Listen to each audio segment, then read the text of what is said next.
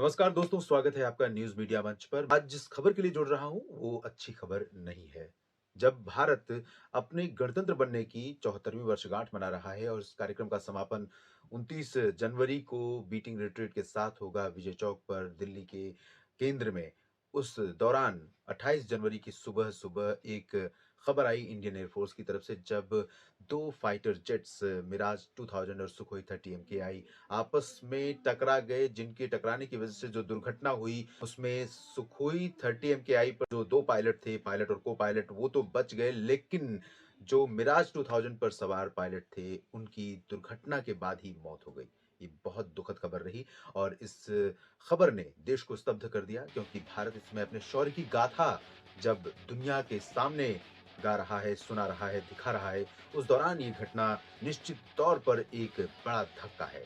और आप जानते हैं कि विमान जो फाइटर जेट्स होते हैं, उनकी कीमत हज़ारों करोड़ रुपए में होती है, लेकिन उससे ज़्यादा कीमती होते हैं हमारे वो जांबाज़ पायलट, जो युद्ध की स्थिति में या युद्ध होने की आशंका के बीच अपनी जान की बाजी लगाकर दुश्मन के देश में घुसकर उसे सबक सिखाने को तैयार रहते हैं। अभिनंदन की कहानी आपको भूली नहीं होगी, जब पाकिस्तान में उन्हें पकड़ा गया था, लेकिन उन्होंने हौसला नहीं हारा और पाकिस्तान को आखिरकार उन्हें ससम्मान भारत को सौंपना पड़ा।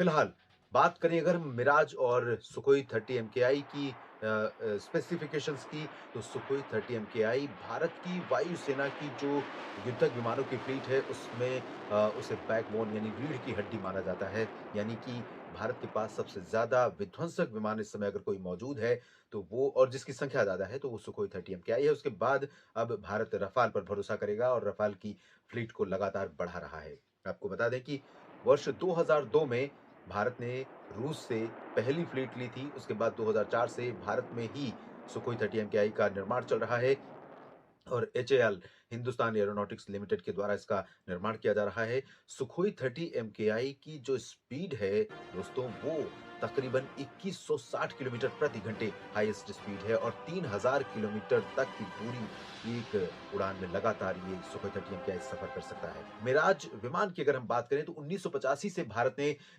इस विमान को लेना शुरू किया था। फ्रांस की कंपनी दसॉल्ट एविएशन ने इसे बनाया है और 1985 से 1994 के बीच भारत को कुल 45 विमानों की डिलीवरी हुई और इन विमानों ने भारत की तमाम युद्ध नीतियों में भारत के कह सकते हैं कि एयरफोर्स को उस दौर में बहुत ताकत दी थी और करगिल में जो युद्ध हुआ था, करगिल में जो घुसपैठ हुई थी पाकिस्तान की तरफ से, उसमें दुश्मन को सबक सिखाने में इन विमानों की भूमिका बहुत ज़बरदस्त रही थी।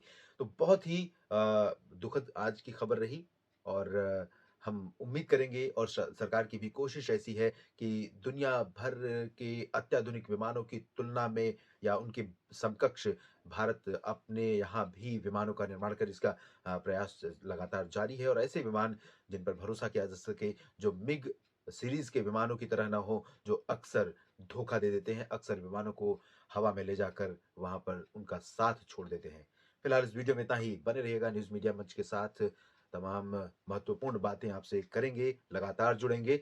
अपना जो कमेंट है वो ज़रूर इस वीडियो के कमेंट बॉक्स में दें। लाइक और शेयर करना ना भूलें, साथ ही साथ चैनल को सब्सक्राइब भी करें। धन्यवाद।